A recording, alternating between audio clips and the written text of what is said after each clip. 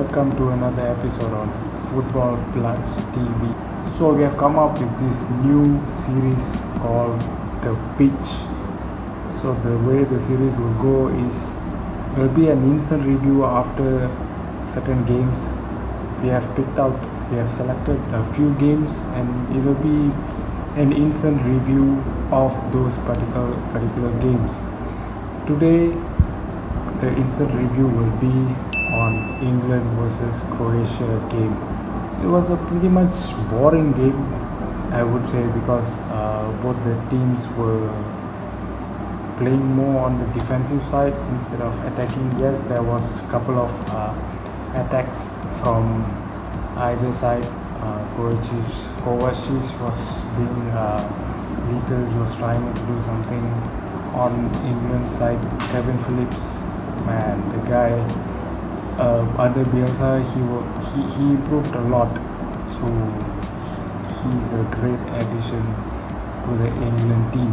And obviously England won 1-0, which I would say, I wouldn't say luck, but we're glad to win, because I didn't see the goal coming. Actually, I was actually thinking the game will end 0-0, or maybe Croatia might win the game. Before the game started, I was actually thinking Croatia might win the game, but yeah, it happens. So England finally managed to win their first international game in a tournament. I think Euros or World Cup included. I'm not very sure about that, but they have finally won their first group game. So that's something laudable. Southgate's formation and choice of players. He decided to go with 4-2-3-1, which is a very decent formation, but there was certain things that he did was surprising, shocking, even before the Euros. Starting from before the Euros, like when he selected so many right backs to bring to the competition. We didn't understand why he did that back then, but now we do.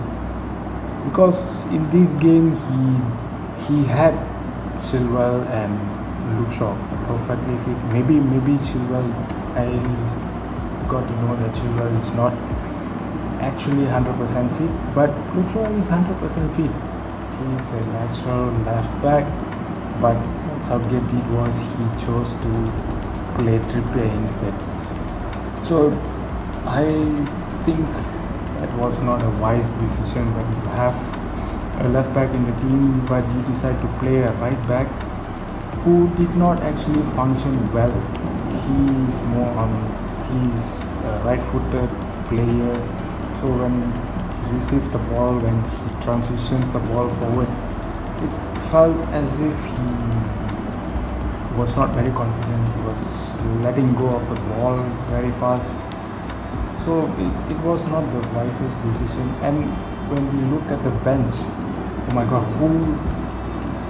why you need two goalkeepers on the bench? And why Sancho is not on the bench? I'm not sure why he went with that. And on the right side, Walker played. Yes, Walker is very experienced. He has played for England on a couple of occasions. He has played in big matches. He knows what to do.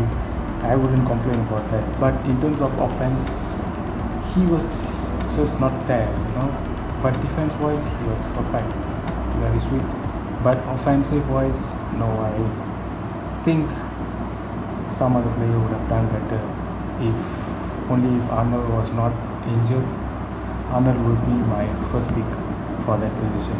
That guy is offensively good, defensive is also good, and come on, who doesn't select Bissaka? Oh my god, this is just all those mind-boggling things.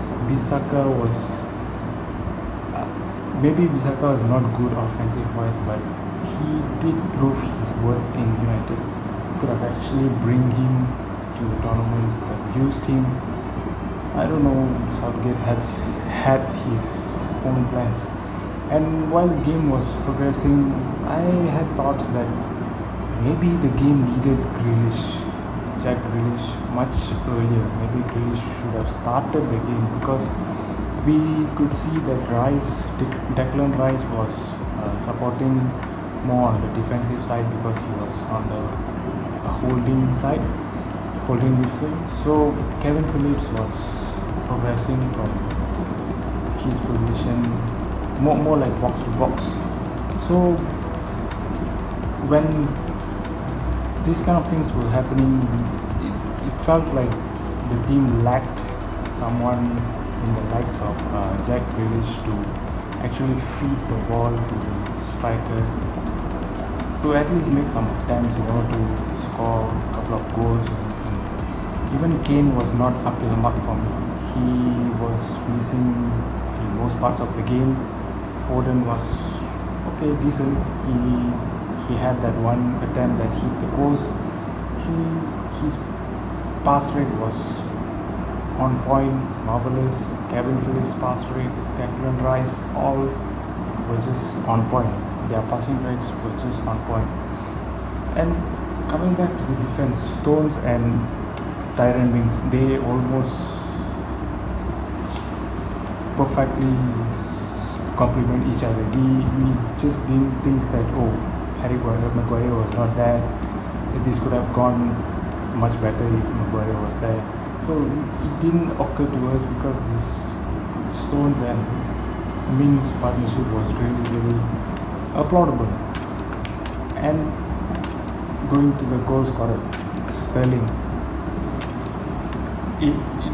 Although the goal was not finished well, there was some mess up there, but Sterling did his part. He was more like pulling the defenders away, so he was creating space. Even Kane was doing the same thing. So Sterling was doing his part. I think that's what he was assigned for. So Sterling was doing his part, and Kane, he did his part by breaking the defense line, pulling players away from their natural positions. And I'm glad that the goal occurred. And to note, this is, if I'm not mistaken, this is Sterling's first international goal. Correct me if I'm wrong, but I think that's what it is. My favorite player to watch will be Kevin Phillips. I've watched him play in Leeds, how Bielsa transformed him, and to watch him play at international level at the same pace, momentum, it's really good to see him to have progressed so far, to actually be in a team and complement the manager's tactics. So in this particular game, my favorite player to watch is Kevin Phillips. I'm actually hoping for him to do more in this particular tournament because knowing how the knowing how the tournament setup is, if England progresses to the next round after group stage, depending on what position they finish either first or second, they will face some big giant, particularly France or Germany. So in order to pass this tough test, they have to buckle up, be strong, and let's hope at least this time it will actually come home. That's more of an instant reaction, guys. It was very boring game, to be honest. I didn't really enjoy the game. I was looking forward to the game because England versus Croatia is like, it's a big game because most of the time England have to play their asses out to win that particular game when it's Croatia. But this time I think they just didn't try enough, more like they were settling for a draw or something. So let's hope in the next game they will perform better. Signing off. Kavi.